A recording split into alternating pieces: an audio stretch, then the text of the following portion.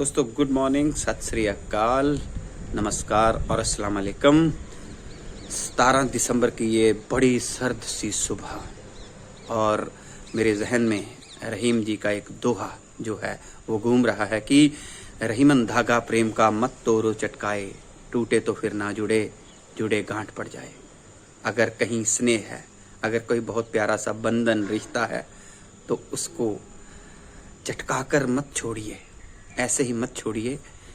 अगर कोई शक है तो शक को तोलिए और कोशिश कीजिए कोई भी गलतफहमी उस रिश्ते में ना आए, क्योंकि एक बात तो पक्की है कि जो आपका प्रियतम होता है, जो मित्र होता है, जो सखा होता है, उसके बारे में तो रहीम जी ने और भी प्यारा कहा है।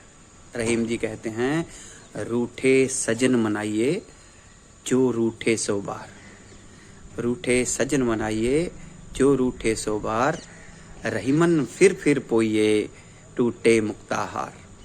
तो अगर कोई अपना होता है, रूठ जाए ना, बहुत प्यारा सा हो ना, चाहे 1000 बार, रहीम जी ने कहा 100 बार, लेकिन मैं कहता हूँ 1000 बार भी रूठे तो मना लेना चाहिए, क्योंकि सजन संत बहुत मुश्किल के साथ मिलते हैं, आपसी केमिस्ट्री बड़ी मुश्किल के साथ मिलती है।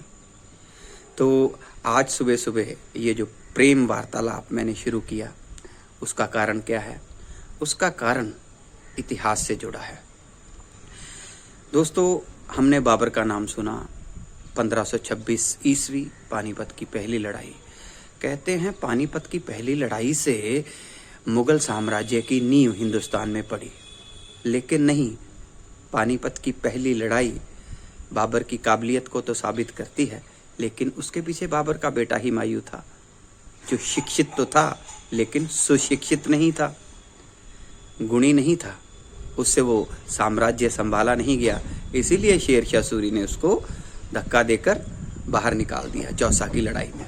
तो दरबदर हो जाता है हुमायूं, और इसी तरह से 1556 में उसकी मृत्यु हो जाती है। और 1526 ईस्वी जब थी, तब उसके बेटे की उम्र, जिसका नाम जलालुद्दीन मोहम्मद था, महज 14 साल के आसपास थी। तो कलानौर के पास जब बाबर के जो सेनापति थे, उन्हें पता चलता है कि हुमायूं की या मेरे बादशाह की मृत्यु हो गई है, तो वो बाबर की ताजपोशी कर देता है कलानौर गुरदासपुर के पास। तो ये बैरम खान नाम का जो तुर्क था, जो हुमायूं का सेनापति था, ये बड़ा वफादार था, बहुत प्यारा इंसान था, लेकिन राजनीति कभी भी अच्छे इंसानों को जिंदा नहीं रहने देती।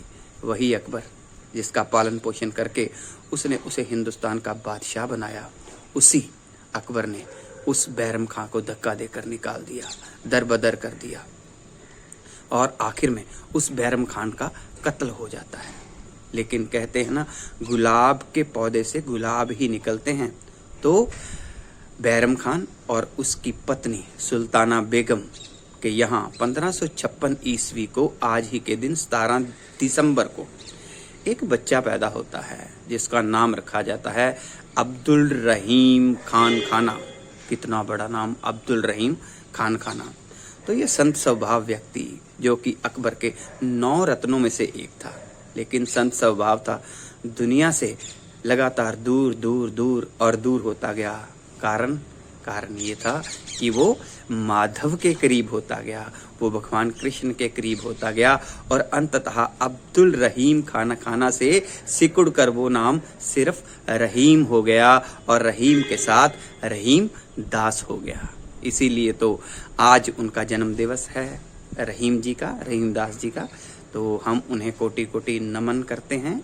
और साथ ही में रहीम जी ने ठाकुर जी के बारे में, भगवान कृष्ण के बारे में बहुत ही सुंदर एक दोहा भी लिखा था, जो मेरे जहन में अभी अभी घूम रहा है कि जो बड़ेन को लघु कहें, जो बड़ेन को लघु कहें, नहीं रहीम गट जाही, गिरधर मुरली धर कहे, कुछ दुख मानत नाही। तो अगर हम किसी बड़े को छोटा भी कह देते हैं तो वो दुख नहीं मनाता, क्योंकि हीरा तो हीरा ही होता है।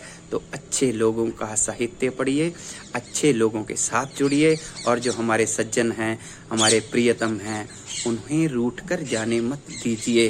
क्योंकि एक फिल्म का भी बहुत अच्छा सा सॉन्ग था जिसमें किशोर कुमार की आवाज़ थी, उसमें वो कहता है कि रोक लो रूठ कर उनको जाने ना दो, दोस्तों शक दोस्ती का दुश्मन है, रोक लो अपने दिल में इसे घर बनाने ना दो, कल तड़प ना पड़े याद में जिनकी, रोक लो रूठ कर उनको जाने ना दो।